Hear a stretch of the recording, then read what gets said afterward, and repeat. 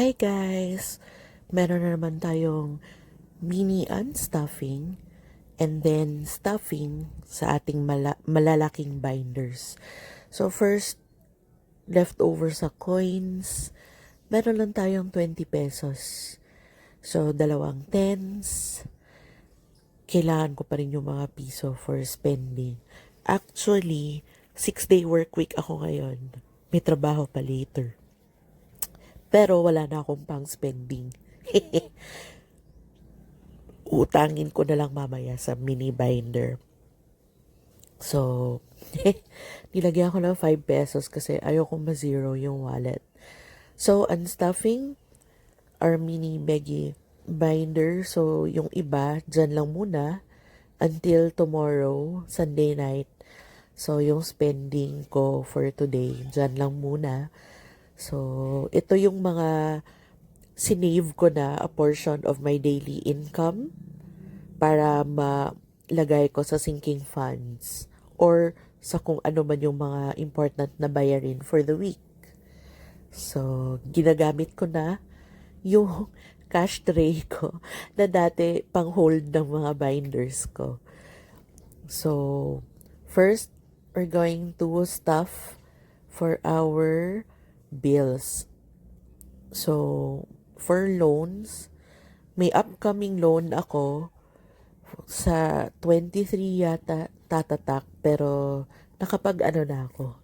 Nakapag laan na ako for it. So, yung next week na naman na bills, yung last week of March, medyo marami-rami po sila na babayaran. So, ayun. And then, for bills, naku 100 na yung naano natin for bills and it's a 100 peso bill. So, since yung marker natin nasa loans pa rin, sa loan pa rin siya mapupunta. No? So, ayun. Goodbye 200. At least mafo-fund yung next na loan. Well, hindi lahat, but at least merong 200 na galing from my daily income this week. So this week actually, nasa baseline lang yung na-earn ko. It's not, wala po akong extra. So medyo nagtipid talaga ako. And also, I spent some things kasi may event kami later on na ako muna yung nagbayad. Hopefully, ma-reimburse ako as soon as possible. So, this is for credit cards. May upcoming credit card bill ako for next week. So, actually, meron ng 4,000. So, laan na ng 100 for additional payment. And then, for our special projects, so, anyway, kamusta yung cash stuffing so far? It's been 3 months of this year. So, first quarter na yan. Nag-a-assess din ba kayo quarterly?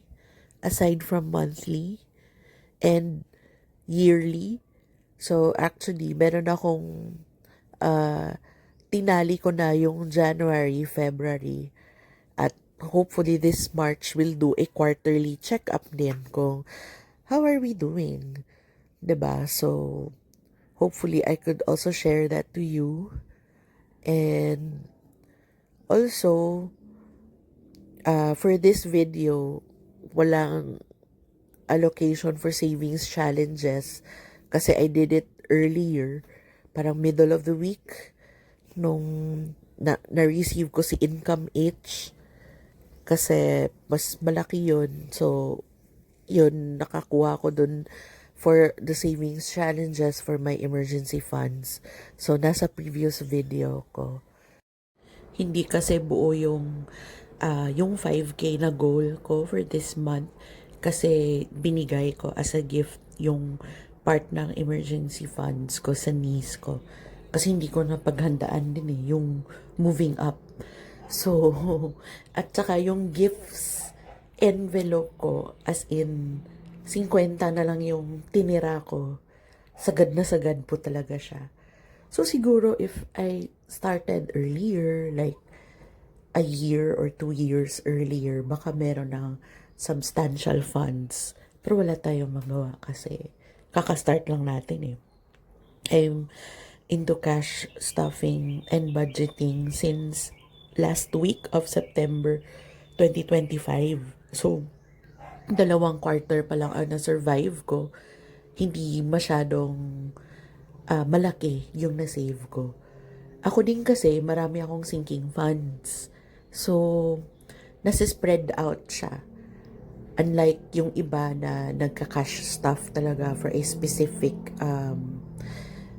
event or thing, like yung meron silang savings challenge binders talaga. Ako hindi ako nagaganyan kasi gusto ko parang may funds yung lahat ng gusto ko in a way. So, depende talaga kung ano yung style nyo. So, medyo kulang yung 2K pa lang yung na-drop ko for emergency funds this March. Sige lang.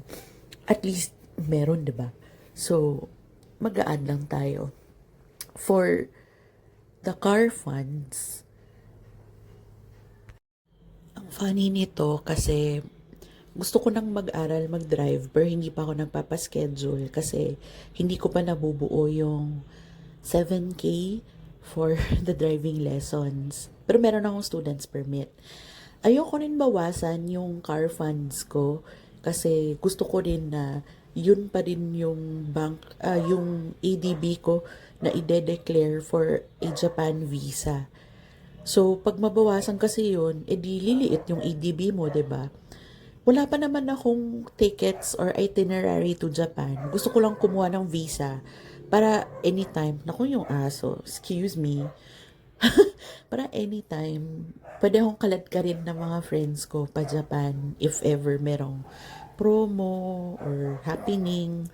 Eh, hindi nila ako makaladkad kasi wala akong Japan visa.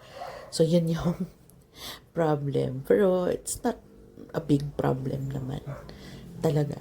So, mas malaki yung ina-allot ko for travel funds kasi na-deplete talaga yung travel funds ko. Kakabili ng tickets papunta ng Manila for my thesis. So, hopefully, makabook pa ako before March 31 kasi magsitaasan na by April 1. Like yung fuel surcharge for local trips, aabot siya ng 1,000 plus. Nakakatakot, 'di ba? So, kahit nga ngayon mafi-feel mo maluwag yung kalsada, maluwag yung parking, yung rush hour, hindi rush pa rin siya. Marami pa rin sasakyan. Pero hindi na katulad nung dati, 'di ba? So, medyo naghihigpit din ang sinturon yung mga tao.